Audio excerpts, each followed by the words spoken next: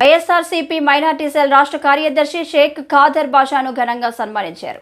నర్సరావుపేట పట్టణంలోని 4వ వార్డు ప్రజలు, కార్యకర్తలు, యువత శుభాకాంక్షలు తెలిపి ప్రజలకు అందుబాటులో ఉండాలని కోరుకున్నారు. ఈ సందర్భంగా ఖాదర్ బాషా మాట్లాడుతూ తనకు ఈ పదవి రావడానికి సహకరించిన నర్సరావుపేట ఎమ్మెల్యే గోపిరెడ్డి శ్రీనివాసరెడ్డికి, సీఎం జగన్మోహన్ రెడ్డికి ప్రత్యేక కృతజ్ఞతలు తెలిపారు. ఈ సందర్భంగా వారు మాట్లాడుతూ తనపైన పెట్టిన బాధ్యతను ముందుకు తీసుకెళ్తానని, పార్టీ పట్ల మరింత అంకిత భావంతో ముందుకు వెళ్తానని తెలియజేశారు.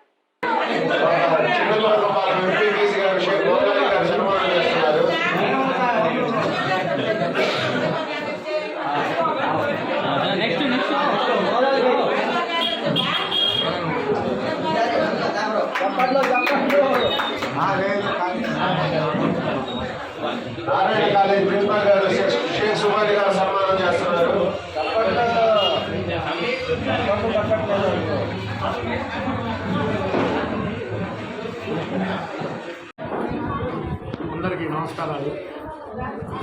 అందరికీ నమస్కారాలు.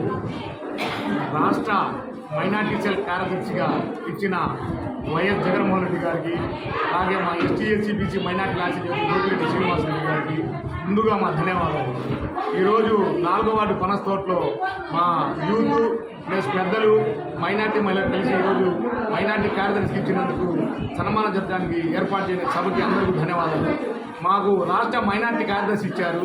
ఈ మైనార్టీ కార్యదర్శి ఇచ్చిన పదవికి మేము మా బాధ్యతను తీసుకొని ఒక బాధ్యతగా సేవ చేయడానికి, ప్రజల్లోకి వెళ్ళి పార్టీ బలోపేతాన్ని చేయడానికి ముందు ఉంటామని, నియోజకవర్గంలో కానీ, వార్డులో కానీ, స్టేట్లో కానీ ఎక్కడైనా మైనార్టీలు కానీ ఏ ఇబ్బందులు వచ్చినా మేము మైనార్టీలకు తోడుగా ఉంటామని, అలాగే మా ఎమ్మెల్యే గారి సహకారంతో, ఎమ్మెల్యే గారి కోరిక మేరకు మైనార్టీలకు అరామక్షేత్రం ఒకటి కట్టాం.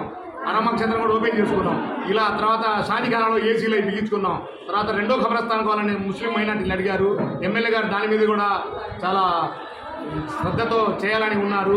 అలాగే షాదీఖానా కూడా సరిపోవట్లేదన్నారు. దాన్ని కూడా మా ఎమ్మెల్యే గారి దృష్టిలో ఉంది. షాదీఖానా కూడా చాలా మంచి ప్లేస్ చూసి చేయాలని ఎమ్మెల్యే గారు ఆశతో ఉన్నారు.